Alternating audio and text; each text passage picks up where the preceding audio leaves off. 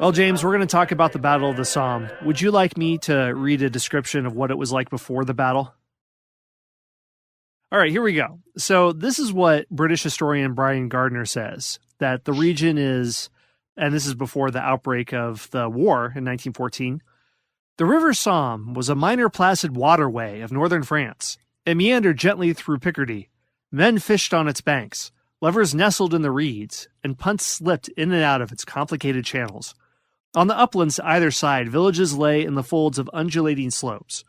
It was a countryside of singular rural beauty, not unlike parts of Hampshire. Oh, sounds nice. The Somme watered it all, the fat orchards, the rich cornfields, the marshy meadows. Life was a matter of sowing, reaping, and gathering the harvest, of apple picking, of children's laughter, of fish hiding near the banks, of the sound of church bells drifting over the valley on still Sunday mornings. Sounds a lot like the Shire. Pretty nice, huh? Yeah, I had the exact same thought, Scott. A couple of Tolkien nerds here. I was thinking the Shire as well. Well, you're probably also thinking what happens next. Saruman is about to visit, along with the Ruffians, too. So the 9 riders from Mordor. So in this episode, listeners, you probably know this is part of our key battles of World War I, and this is key Battle 7, the Battle of the Somme. Things are not going to be very picturesque for very long. And, it's going to get really ugly really quick. Yeah, let's just show you a glimpse of Eden before the snake enters and the fall happens. I suppose we should start with the beginning. And the war is going on, as it has been. And what's the background to this battle that we should know about? Yeah, so we're in 1916 still. And as I mentioned a few episodes ago, 1916 is often called by historians the year of battles.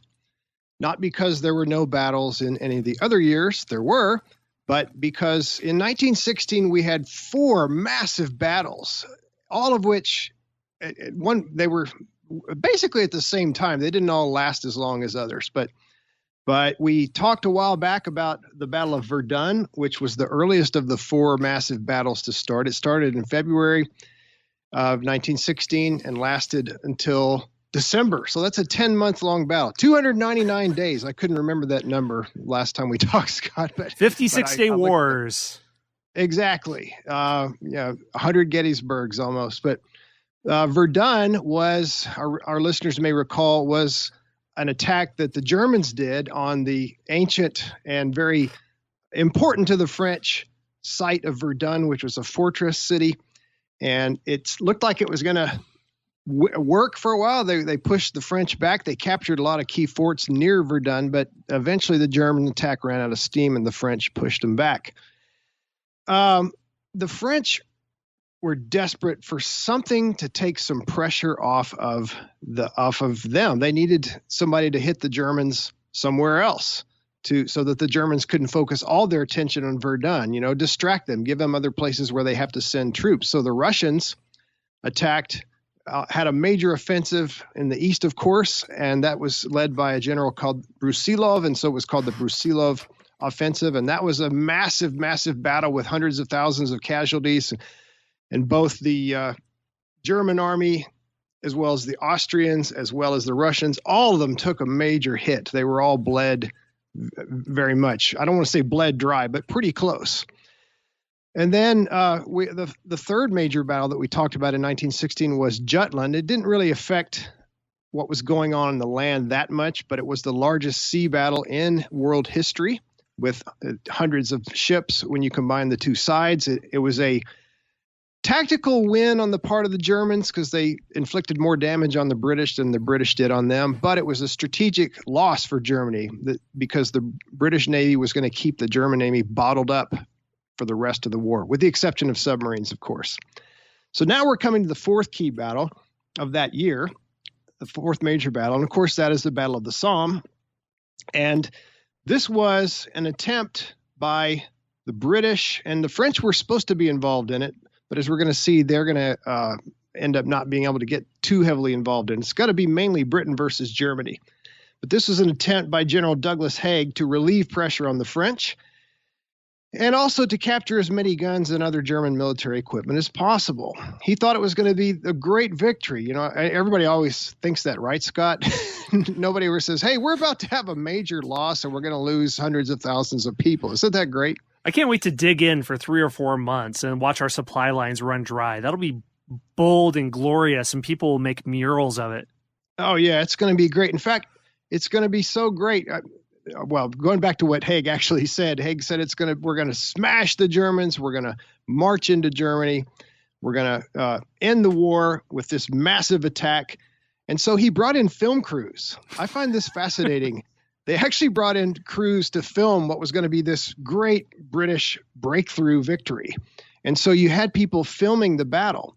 And what's really interesting about this, I learned, Scott, was that later a patriotic British film was made called The Battle of the Somme, and they worked in some of this footage, but they also put in fake stuff, like actors playing soldiers and trying to make it look better than it really was, trying to convince the British people that it really was a brilliant British victory. And as I was preparing over the last few days for this episode, of course, I did the research and wrote the notes several months ago, but I wanted to kind of refresh my memory. And so I was watching some documentaries that I got off of Amazon Prime. And I was watching this one called The Battle of the Somme, The True Story. And I thought it was going to be about the battle, but it was actually about the movie. And they talked about, and it was really interesting. These guys were trying to find out what parts of the movie really happened, were like real actual battle footage, and what parts were staged. I highly recommend that. It was just really fascinating. It was about an hour long or so. Very interesting stuff. And this footage from the Battle of the Somme, you see it in pretty much every World War I documentary. There's a famous shot of a man carrying another soldier toward a medical aid station, carrying him through the trench. There's another classic scene of these guys walking across some high ground from far away, and you see a lot of them actually falling because they were shot. So I highly recommend that, listeners, if you get a chance. Amazon Prime, The Battle of the Somme, The True Story. It's about the movie. But anyway, so we've got a film crew, so we got to win, right, Scott? We can't lose this one.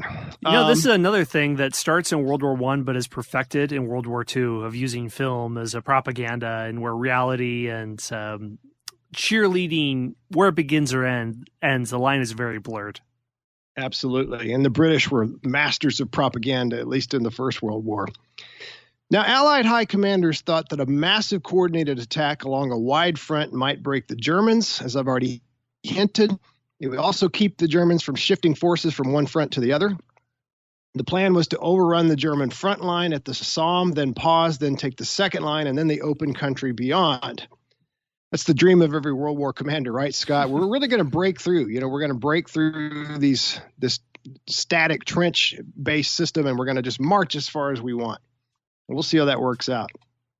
The problem with this plan, well, there were several problems, but the main problem was that by this time, the Germans had developed an incredibly complex and very well fortified system of trenches. So we're not talking just like a hole in the ground or some kind of Civil War trench. No. We're talking about an elaborate network with concrete, bunkers, and all kinds of stuff.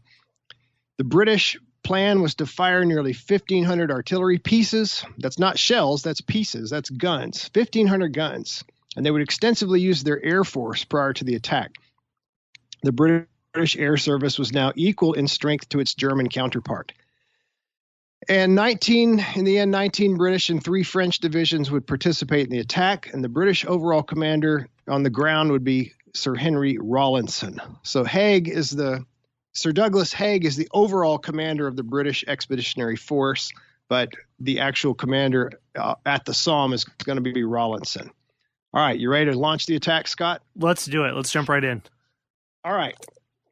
And by the way, I should mention that this attack was originally planned for much later, but they'd been planning this for a long time. The British and French high command started planning this offensive late 1915, but it was going to be, I don't remember exactly when it was supposed to start, but it was going to be much later than July, like maybe August, September. But after Verdun got sprung on the French begged the British, please move it up, make it earlier. So they did. So the first British barrage began on June 24th. They fired 1.7 million shells. 1.7 million. That's just staggering to think of. And you would think how could anything be alive after that? How could anything not be destroyed? But there were two major problems. One, many of the shells were duds, and they just went up in the air and landed and went thump, and that was it. No explosion. Many others just churned up the earth. They also had the wrong kind of shell. Oh, I'll talk more about this a little bit later. But so that was the plan. 1.7 million shells fired on June 24th to soften up the German lines and hopefully cut the barbed wire, things like that. The infantry assault was originally planned for the 29th, but it was postponed for 2 days due to the weather. Finally, on July 1st, the British fired 500,000 more shells, as if the other, 1.7 million, that's just not enough. We got to have more. And they set off mines under the German defenses. There were actually, hang on just a second. I apologize.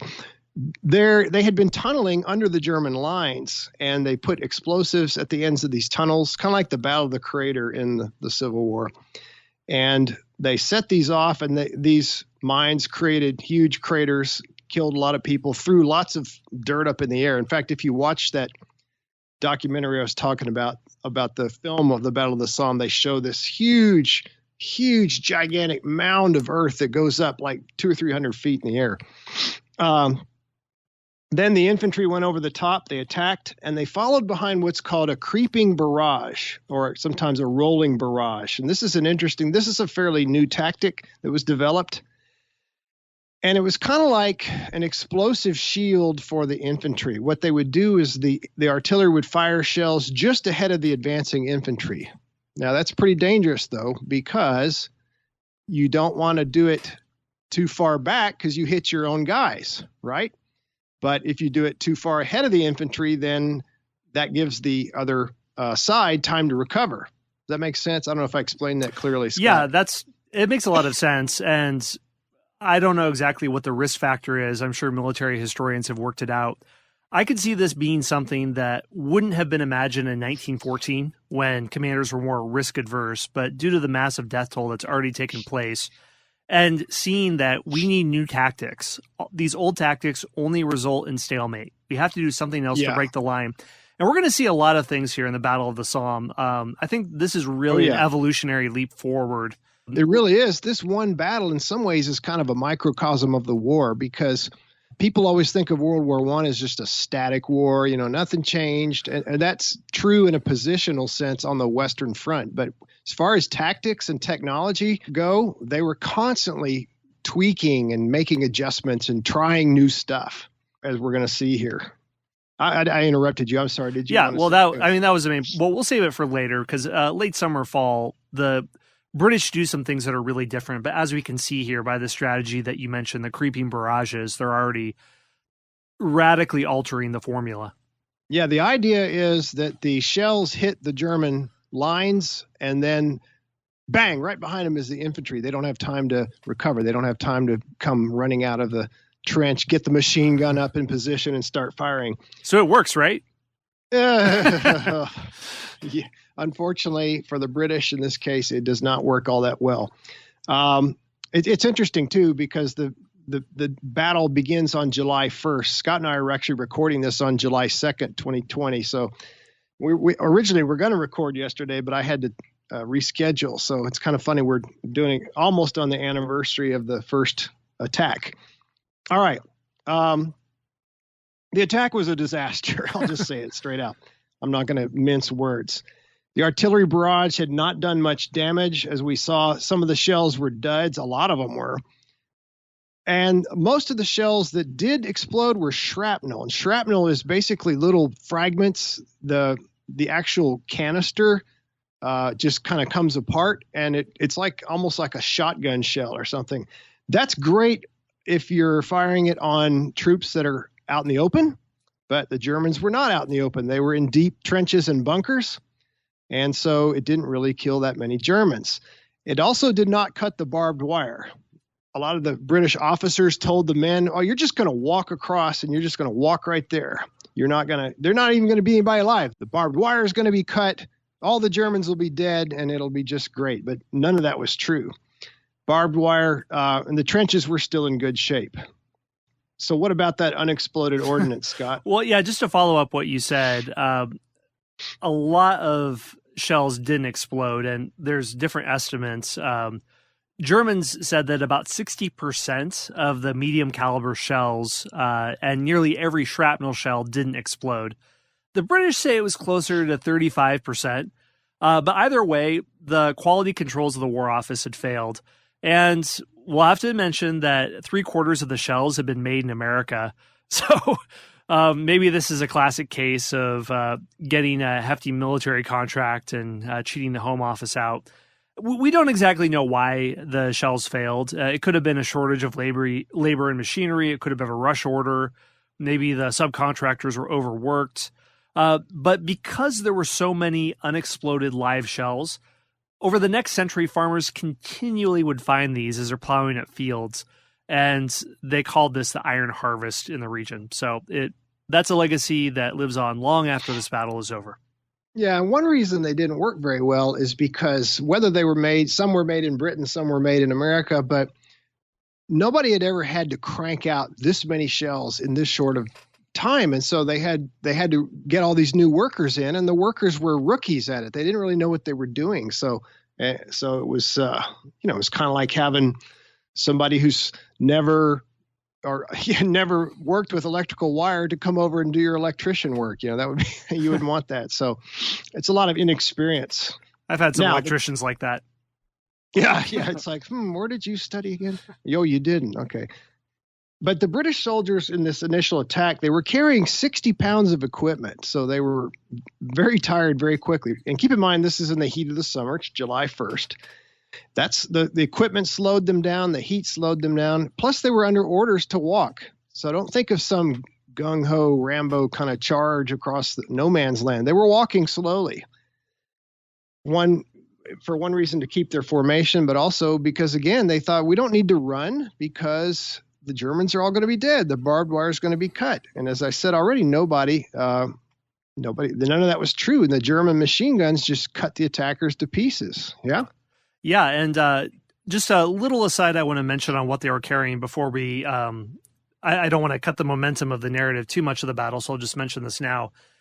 When we say that they're carrying 60 pounds, remember, listener, get out of your mind a modern-day Marine, for example, that weighs 180 or 200 pounds and is muscular and has been training for years and is well-fed. The average British soldier weighed about 130 pounds. James, for you as a Civil War reenactor, if you've ever seen original soldier suits, what stood out to me, and I don't know if this stood out to you, is how skinny everyone is when you look at their uniforms. They're tiny. It's like my kid couldn't even put that on, So for an average day weekend warrior, I think it'd be pretty tough for most guys to be able to squeeze into one of those. That's a change that happens. Right. Yeah. They were short too. I mean, I think we talked a long time ago about the average soldier was like 5'5", 5'6" or something. So this is the skinny guy in your gym class from high school who has 60 pounds to carry. And so they only weigh about twice as much of that. And that's not only what they're carrying. So, for example, the British 29th Division mandated that each infantryman carry rifle and equipment, 170 rounds of small arms ammunition, 1 iron ration and the rations for the day of the assault, 2 sandbags and belt, 2 Mills bombs or hand grenades, steel helmets, gas helmet or gas mask in your satchel, water bottle and haversack on the back, first aid field dressing and identity disc. And the troops of the second, third waves had 120 rounds of ammunition. 40% of the soldiers on top of that had to carry shovels and 10% carried picks. That's just their personal kit. They also had to carry flares, wood pickets, sledgehammers. And that's part of the reason, too, that they couldn't move faster than a slow walk. It is not a fast procession with all that on them. Mm-hmm. Right.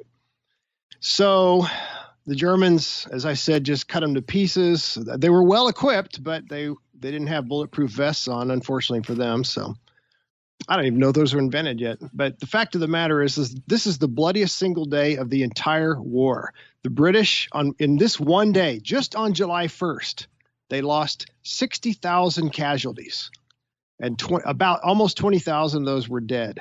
That's 60% of the attacking force. The Germans only lost 6,000.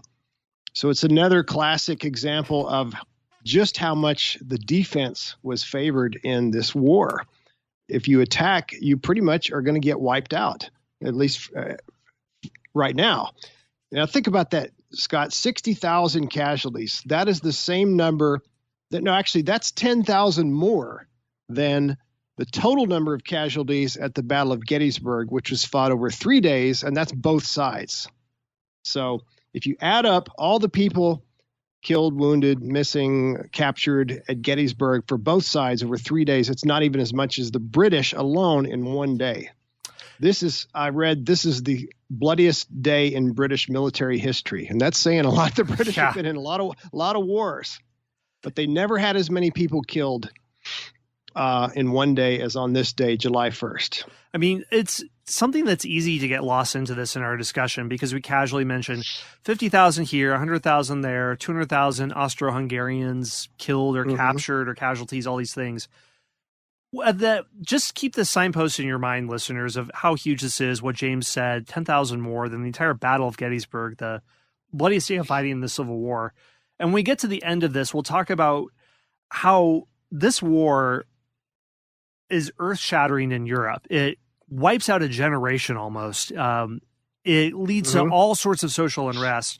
Just keep little moments like this in your minds, and remember, it's multiplied by dozens and dozens of other such attacks and assaults that mow down people by the tens of thousands. So it's good to mention that from time to time because it can be easy to get lost in the numbers. Like I don't know, this is an apocryphal Stalin quote that, you know, a death is a tragedy, a million is a statistic. Right. Yeah, I've heard that one. One other thing, by means of comparison, just so I don't always go back to the Civil War, people are getting tired of hearing about that probably, but 20,000 dead.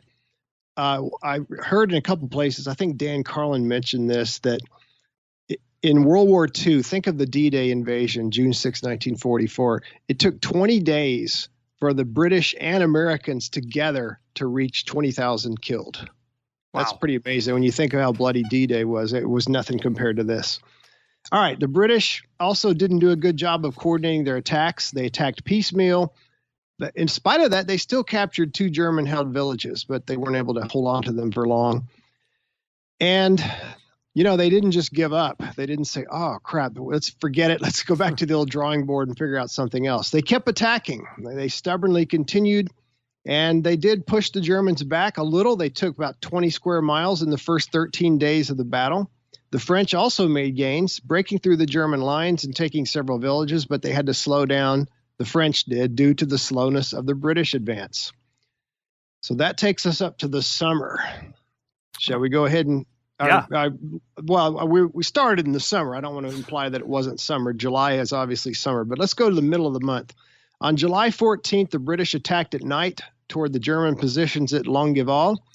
They captured the German front line of trenches, but it was about as far as they got. And the Germans, we'll talk more about this later, but the Germans had developed, well, I already mentioned their trenches were very complex, but they had multiple lines, and they didn't even try that hard to hold the first line.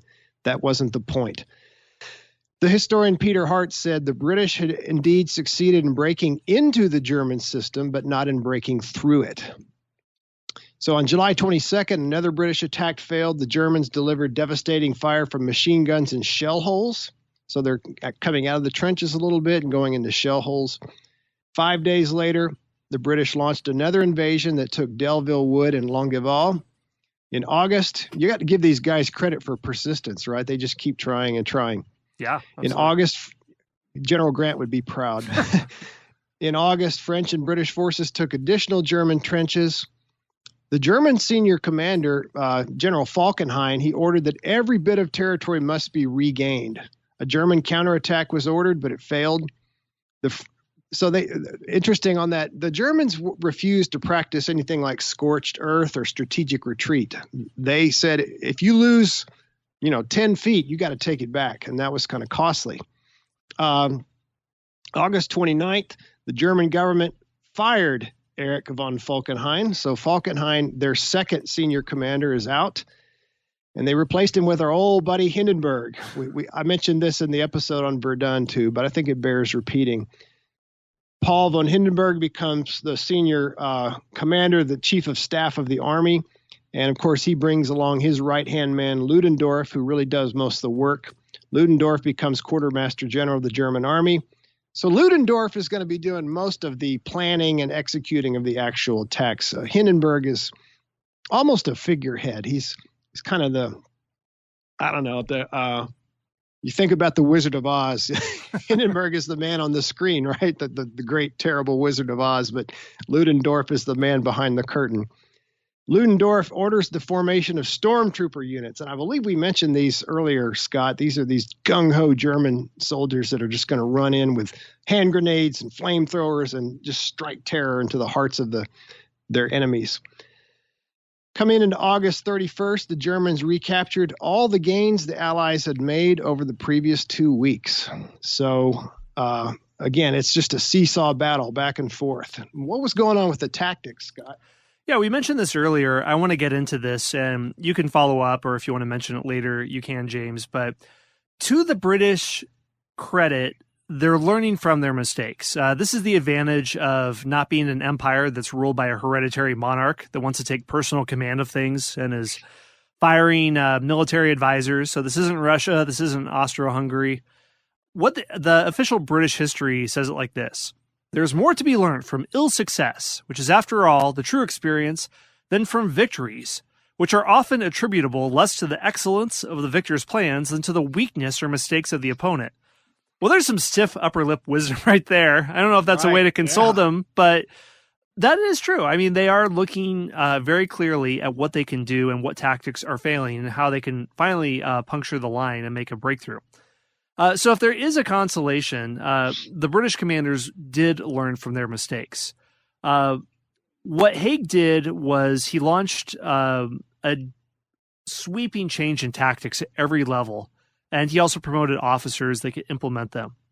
So we're going to see this into the fall, but one idea is to improve the concept of the creeping barrage. And James mentioned it. You start halfway across no man's land, you pulverize any Germans who crawled out there before dawn, and then you advance in a coordinated fashion. The goal is to do it at the rate of 100 yards every 4 minutes ahead of the infantry attack. So what the Royal Flying Corps did was they did image analysis, they developed photographs, and with this intelligence, their artillery does become more accurate. The Ministry of Munitions is revamped, the ordnance improves. So maybe the initial strategy of the creeping barrage, it's good in theory, but it was poorly executed in the beginning. So, but with this increased intelligence, with better munitions, maybe they can do it better. But it's not just the creeping barrage, it's also the infantry tactics. So men are ordered, you're not going to march line abreast like they did before, but make short rushes under covering fire. In the July 1st attack, the infantry was organized around the company, which included about 200 men. Later on, it's going to be organized on the platoon level, which is about 30 or 40 men. It'll be transformed into sections of interdependent and effective specialists. And that gives you a lot more flexibility, I think.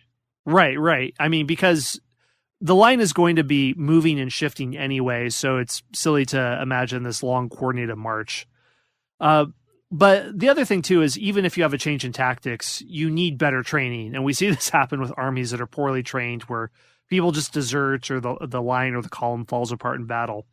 And this is where the British military, historically, and also in this war, excels with training. After July 1st, every battalion, division, and corps is required to deliver a post-battle report with recommendations. This eventually leads to the publication of new manuals that cover the practicalities of things like barbed wire, field works, knowing how to navigate uneven grounds, and avoiding enemy fields of fire. And then eventually all this intelligence is put into pamphlets, and then soldiers are required to read it so they know what is expected of them to do. If your officer or your NCO is killed, then you know the philosophy to guide you on the next stage of battle, which is useful because people are separated from their company all the time when they're out there. Yeah, they're in the process of becoming a more professional army. You know, in 1914, even 15, these were just a bunch of raw recruits. They were people that came off of the farm or out of the shops or whatever. They weren't soldiers, but now they're becoming professional soldiers. All right. So does anything change up in the fall besides hopefully less miserable weather?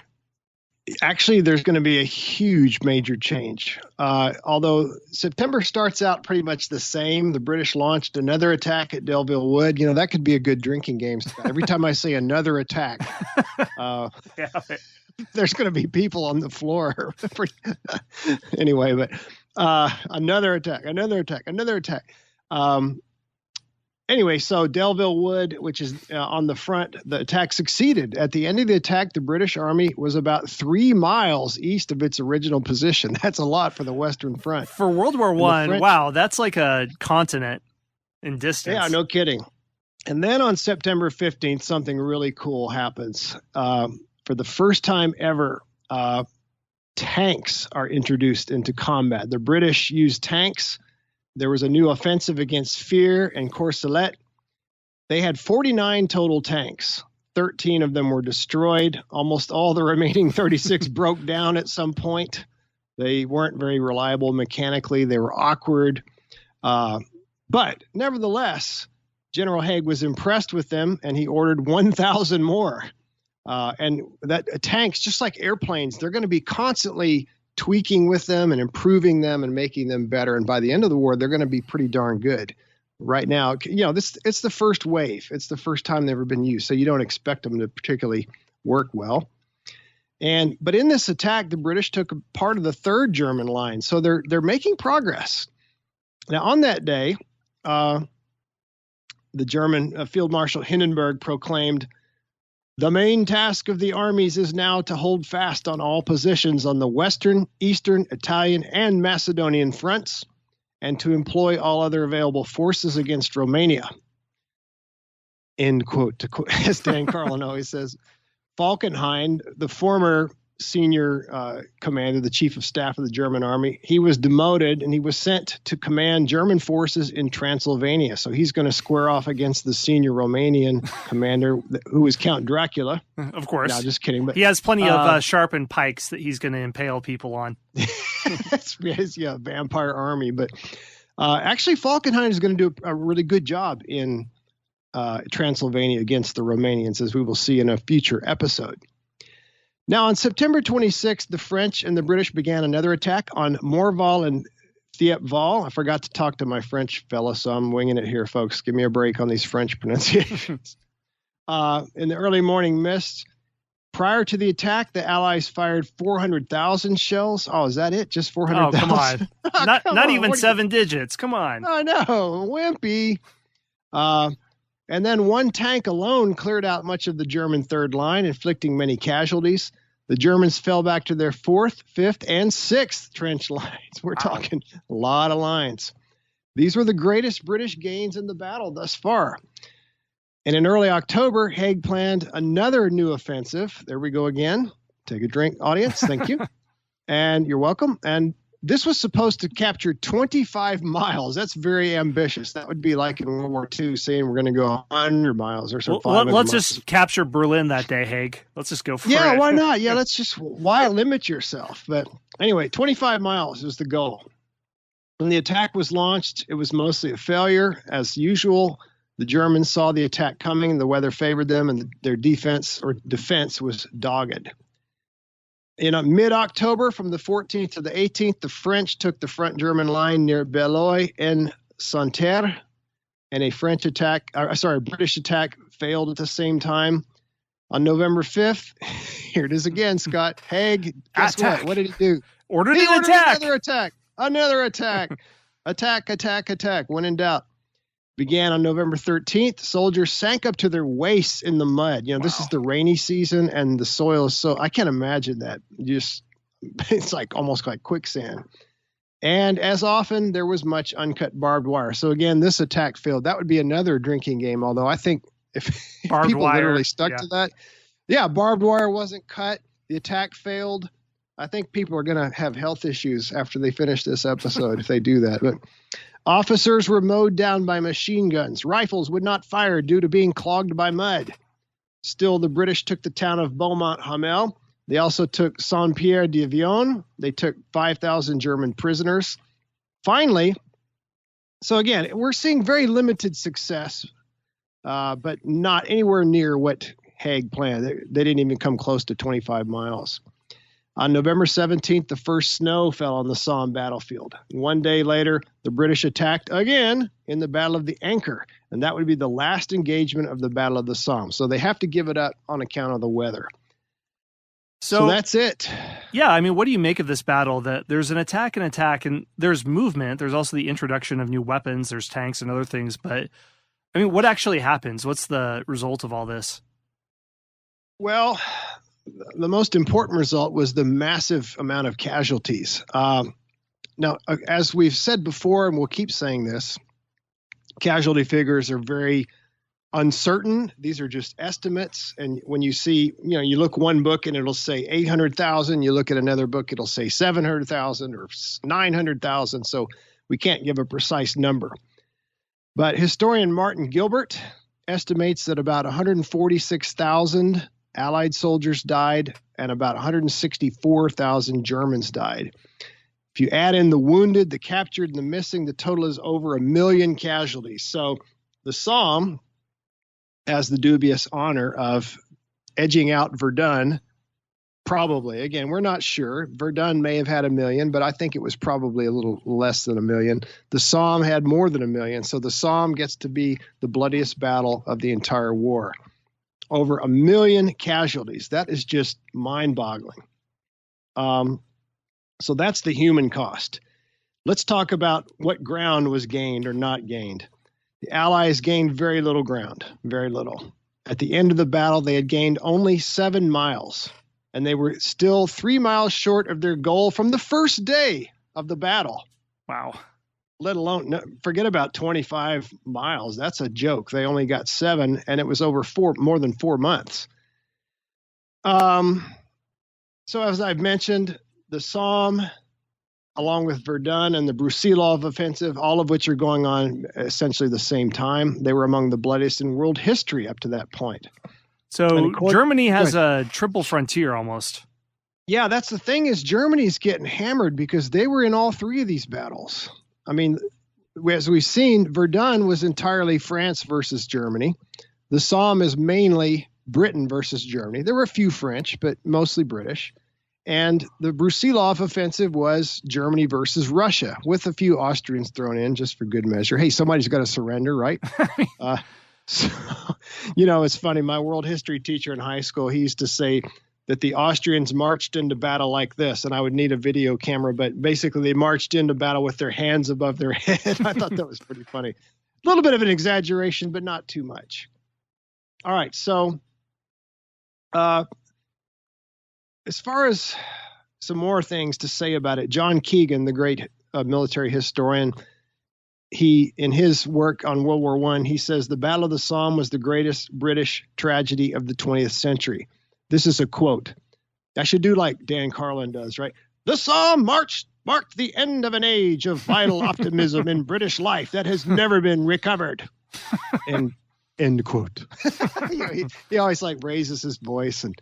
But anyway, so it becomes to the British just this epic, legendary, larger than life episode in their history, kind of like the Alamo for Texans, or Verdun for the French, the Battle of Kosovo for the Serbs. This is the worst thing that ever happened to Great Britain.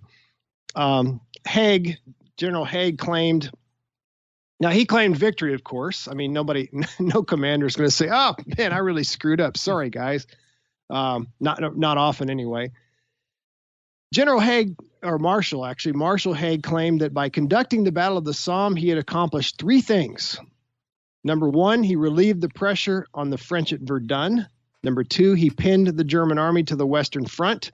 And number 3, he wore the German army out through constant fighting. In fact, he accomplished none of these 3, although that may be a little unfair. He certainly did, to a certain extent, relieve pressure on the French. I mean, you can't deny that the Germans had to, they had a lot of soldiers pinned down at the Somme that weren't able to go help out at Verdun. But he certainly did not pin the German army to the Western Front. We've already seen that the Germans sent a lot of troops from the Western Front out to the Eastern Front to fight off the Russians.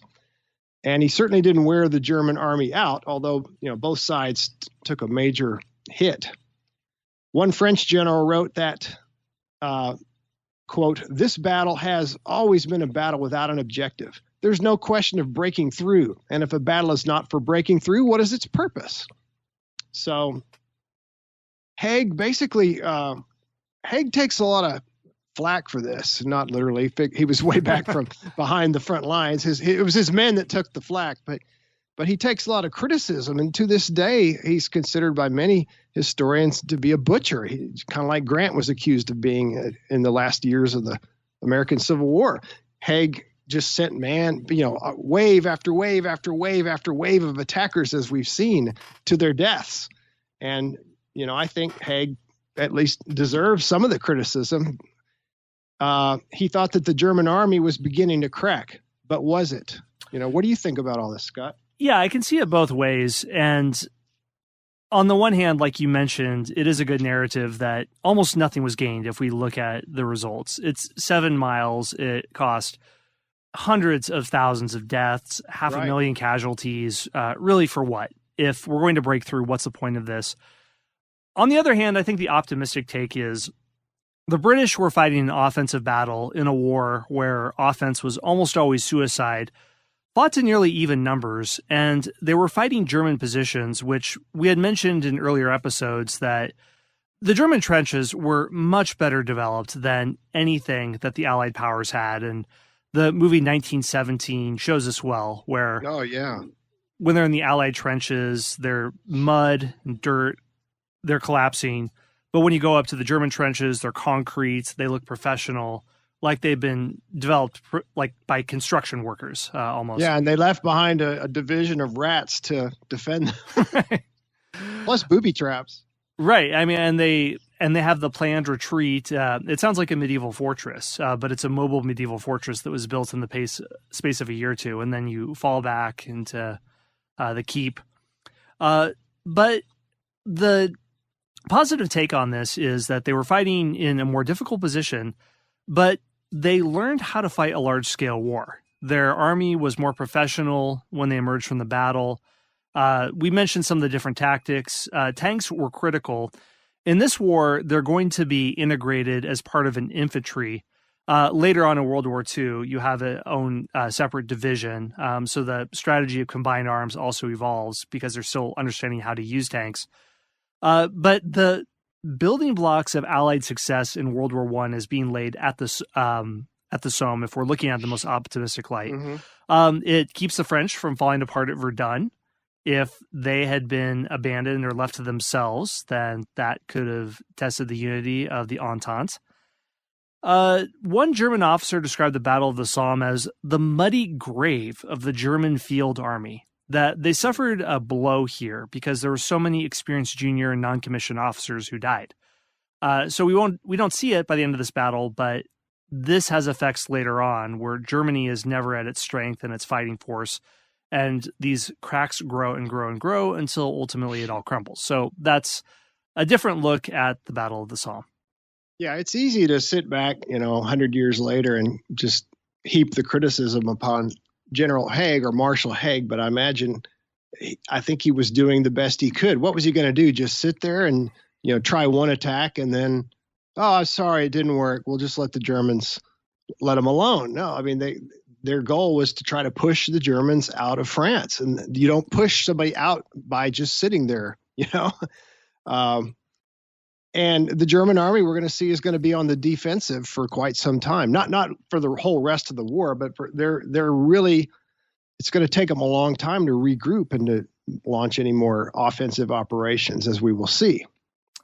Right. Well, that's what's happening in the Western Front. There was a lot that was happening in 1916. The Somme, Verdun, on the Eastern Front, Brusilov. In a previous episode, we went up north in the Naval War.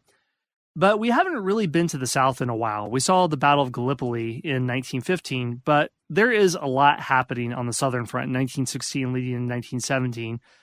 Italy and Austria fighting each other, and then the Balkan Theater. James mentioned some about Romania, which we'll take a look at, and a whole lot happening in the Middle East. And if there's any legacy of World War I that still lives on today, I would argue that's the one that has lingered the longest. So we're going to get into all that and unpack everything that's happening on the Southern fronts in the next episode.